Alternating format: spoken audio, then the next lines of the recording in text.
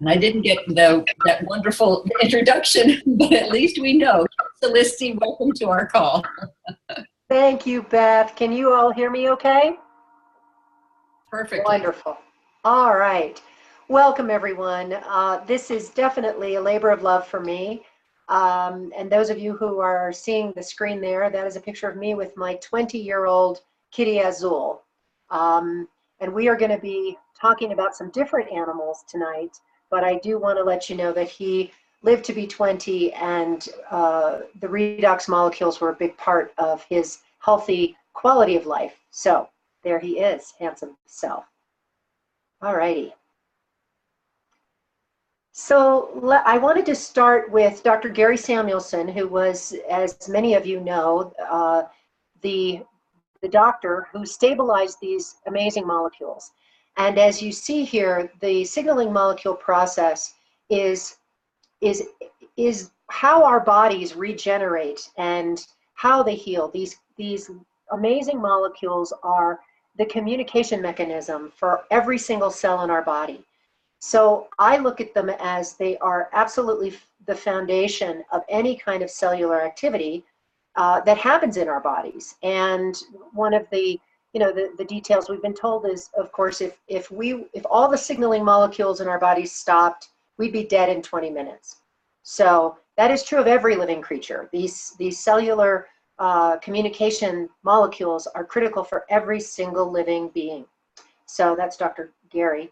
And talking about this technology has the potential to spearhead the greatest advances in health we have ever seen. And I have seen some of those myself in the 8 years that I've been working with ASEA and redox molecules for animals.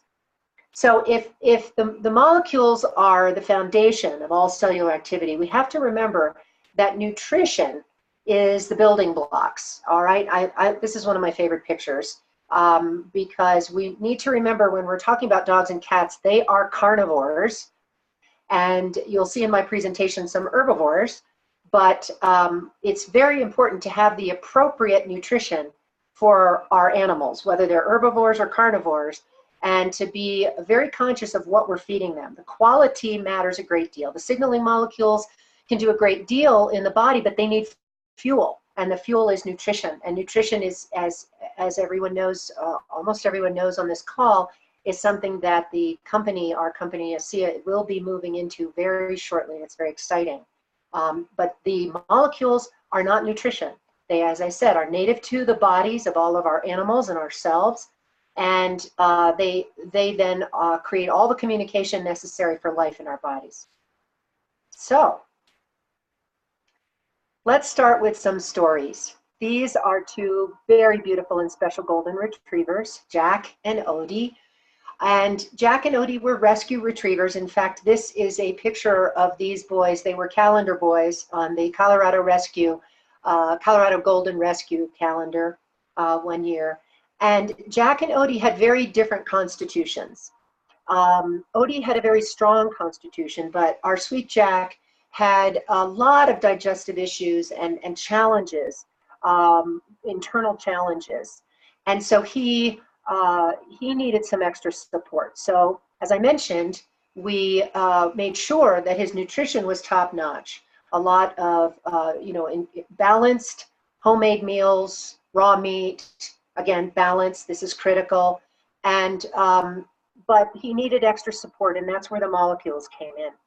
And their mom, their human mom, Julie, she would offer them the molecules, the liquid molecules, and she would put them in a bowl and tell the boys, hey boys, come get your Kate's treat. And I just loved that. So they would come running and lap up their liquid molecules, which really helped Jack stabilize extraordinarily well. And when he would have a bout of a difficult situation, it was much easier to solve without a lot of drugs and intervention. Odie, as I said, was stronger, but he did develop some different aches and pains and joint challenges as he got older. And again, the molecules supported his body in quality of life, in movement. These boys would hike with their mom and dad. They were very, very active dogs. And the molecules gave them both a longer, higher quality of life than they would have had without them. Now this is my sweet Simon. If you know me, you know about this amazing miracle kitty. Simon was diagnosed when he was, well, actually, he wasn't diagnosed for a while. We didn't know what was wrong, but he stopped producing red blood cells as a young kitten. And nobody really knew what it was. They suspected one pretty scary disease, but that didn't turn up in his blood. So they really didn't have a diagnosis for him. And he became very lethargic. He lost weight. He couldn't really eat. Nothing was working. And we thought we were going to lose him at the tender age of 1. And there really was a miracle that with a lot of prayer, energy work, Reiki, Simon pulled through. And this was before I knew about the molecules. And so I worked again with a balanced raw meat diet, species appropriate diet for him, and actually a lot of blue-green algae was something that really made a difference for him. But and he bounced back and did really well for many, many years. And then he began to exhibit some of those symptoms. But by then I had a SIA in my repertoire. And I started him and his sister and his big brother Azul on the molecules. And they all thrived. And many people ask me, well, did you give it to them? Well, my cats did not respond well to syringing. So I would make a little well in their food after everything was mixed. And I would, just like with mashed potatoes, and I would put in the molecules and sprinkle a little bit of treats on top. And my cats ate like Labrador retrievers, which is very common in cats that are fed a balanced raw diet. And so they were able to utilize those molecules rapidly. And long story short, Simon lived to be 15 years old with a disease that is normally a death sentence within months. And I know that ASEA was a major part of that. That's my boy. Now this is also my boy. This is my little boy, Bodhi, who is only about, he's about 8 months old now. And Bodhi was a rescue. And a couple of weeks ago, Bodhi came to me with with his eye kind of crunched shut, and it was clearly bothering him, and it was very red and irritated. Well, the first thing I reached for were the molecules, the liquid molecules. And because I knew that there would be they would cause no harm, they would absolutely help that body, or that whatever was going on in the eye, the molecules would go to work and help him heal. So I put a few drops in his eyes, and the worst part was they were cold. And these are the same drops that I put in my eyes, that I do every night with my eyes. And in a few days, so I gave him, over the period of 4 days, 4 drops. I think I did 1 to 2 drops. I really could only get about 1 drop in that eye, and it cleared up. So the important thing to see here is that you can use these molecules topically, in eyes and ears, in noses. I've done that. I did that in the past with Azul when he had some stuffy nose and respiratory issues. I would give him the liquid molecules as drops. So Bodhi's beautiful green eyes cleared up. Now this, I mentioned herbivores. This is Sadie Rabbit. Now Sadie was also a rescue rabbit. She belonged to one of my clients. And Mary Kay rescued bunnies. There are bunny rescues, house rabbit rescues, and she was a rescue, and she had not been very well cared for. And Sadie had a very big sore on her ear. And so we wanted to, this was early on with the molecules, and we wanted to see if the molecules could help her ear heal.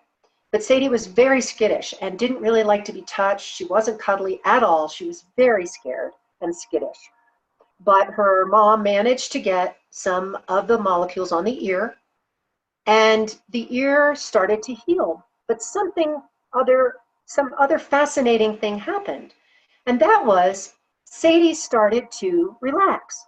Sadie started to be more receptive to being touched. Sadie's nervous system calmed down. And Sadie was able to become closer to people. She was able to be touched. And the sweetest thing was, after a few months' time, yes, the ear healed, but Sadie actually would jump up on the bed and put her head on her mom's shoulders. This was a rabbit that didn't even want to be touched. So we learned something very important about the molecules, that once again, the body knows what our bodies know, and our animals' bodies know what these molecules need to be used for. You know, we were focusing on healing, helping her heal her ear, but the body also recognized that Sadie's nervous system was causing her a lot of stress, and her fear was causing a lot of stress, which would have taken a major toll on her adrenals and could have caused all kinds of problems. And so the body used the molecules to help balance and support Sadie in feeling safer and calmer. So that was a very important discovery that we made with the molecules. And these are two more bunnies. Here we have Origami, who is the white bunny, and Winnie, who was his partner, his love. And Origami was also a rescue bunny, and from a terrible situation, and many rabbits in terrible condition. And so he had virtually no contact with humans when he came to Mary Kay's house. So because we'd seen the lovely personality changes in Sadie, we thought, let's try some molecules with Origami. And lo and behold, the same thing happened. Origami came out of his shell. He started to engage more. He started to want to be touched, and his life totally turned around from being a totally fearful, terrified bunny to a happy bunny who could receive love and affection. So that was another very happy story. So I did this just for fun. Okay, now this is another miracle doggy. And some of you who are on the phone tonight, who are listening in, have also had some miracle stories about their animals. I can think of a couple dogs who I know their moms are listening in, who have been taking the molecules for a long time, and the differences they made in their lives. So I'm grateful for you all listening in today. And this is Ami, and she is my newest miracle story. So Ami's mom has a goat and sheep sanctuary in New Mexico, and Ami is her assistance dog. And Ami is not a young dog. She has been around for quite a few years, and a few years ago, she developed this growth on her leg, on her front leg. And the doctor was able to remove it, but was concerned that it was likely going to grow back. Well, it did. It did grow back. And it was surgerized a second time. And Ami bounced back and always had a terrific attitude. But the latest time was last fall, and it started to show up again. And Amada, her mom, was very busy with all kinds of things going on with the sheep and the goats, and she just didn't get to it as soon as she had hoped to. And it got to be quite bad. And so she took Ami to the vet and found to her dismay that her favorite vet and surgeon, who had seen Ami all those times before, was out of town for a month. And the vet who had taken over, the relief vet, took one look at what was going on with Ami's leg and said, there's nothing to operate on here. He said, there's not enough tissue to be restored. This is just going to grow back. There's no point in doing this. There's no point in doing surgery on this leg because there's not enough leg. And he said, basically, you just want to keep it wrapped until she's ready to go. Well, that's when Amada called me and said, I can't do this. I've got to find a way to help Ami make it until her doctor comes back in a month. So we talked about the molecules, and I explained different experiences that I'd had with other animals with growths and other challenges. And I recommended that Amata wrap, when she takes the wrapping off this oozing nasty thing, that she soak the fresh wrap with the molecules and replace it on Ami's arm, on her foreleg. And then also make sure that she would give Ami 2 ounces a day. And so Amata was awesome. She did just that. Every time she unwrapped and cleaned the sore leg, she would soak it in the molecules. She gave Ami 2 ounces a day, at least, religiously. She followed directions beautifully. And finally, the vet returned, and Amata was really pleased with what she was seeing with the wound. But she took Ami in. She was like the very first appointment. And when the vet got back, and with bated breath, waited to hear what the doctor said as she unbandaged Ami's leg. And the doctor looked at it and said, "Wow, this looks a lot better than I expected." She said, "Absolutely, I can operate on it." And she did. And she said, Ami came through with flying colors. And she said, "But I sent off some tissue to be looked at the lab." And Amata wrote me and said, the doctor called me because she was so surprised. And she said, I don't know what to say about this, because this just is a miracle to me. She said, "This tissue that was rated at a 3 has now gone down to a 2. And she said, "I have no explanation for that." And of course, I do. and Amata does. And so our sweet Ami is, she's still bandaged, as that's healing, but Amata is continuing to help her, and her attitude and her playfulness, she's just doing great. So once again, the molecules did not do the healing. This is very important to understand, as Beth mentioned. What they did was they supplied the body with the native foundational molecules to help the body call out to the immune system, call out to those killer cells, call out to all the cells that were needed to support healing, as well as fight the cells that were misbehaving. And so it's just an extraordinary tool for foundational wellness and for ultimate healing. And as I say, as long as we provide love and the right diet and support our animals in every way, it is just a tool I would never want to be without. So with that, I would like to again thank everyone. Here again is the information of how to access that we, as Beth mentioned, we have the archives, and you do want to ask the person who invited you for the access code. And if you would like to look into and get the molecules for your beloveds, and remember now we have the gel.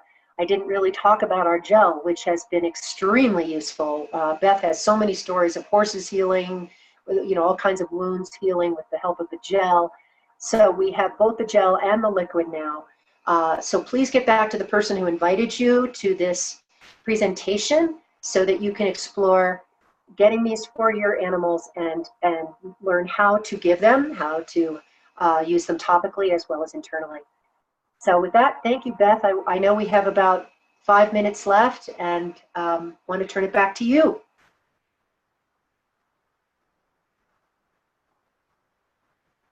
Uh-oh, I can't hear you, Beth.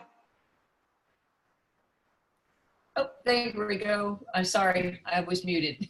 There you are. As always, Kate, you are just brilliant. I love listening to how you describe these things. That you have a wonderful way of putting words together that makes it much clearer for people to understand exactly what these molecules can do for us. And I love the idea, the fact that you had so many different species.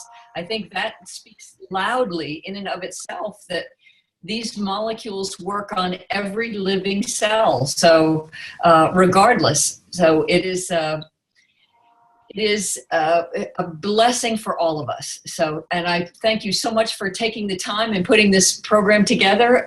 We appreciate it so much. And again, you have the information on the on your screen right now. You can access it's animalwebinar.info or .com. Both of them will take you to the archives. So thank you so much. We certainly do appreciate everyone joining us tonight.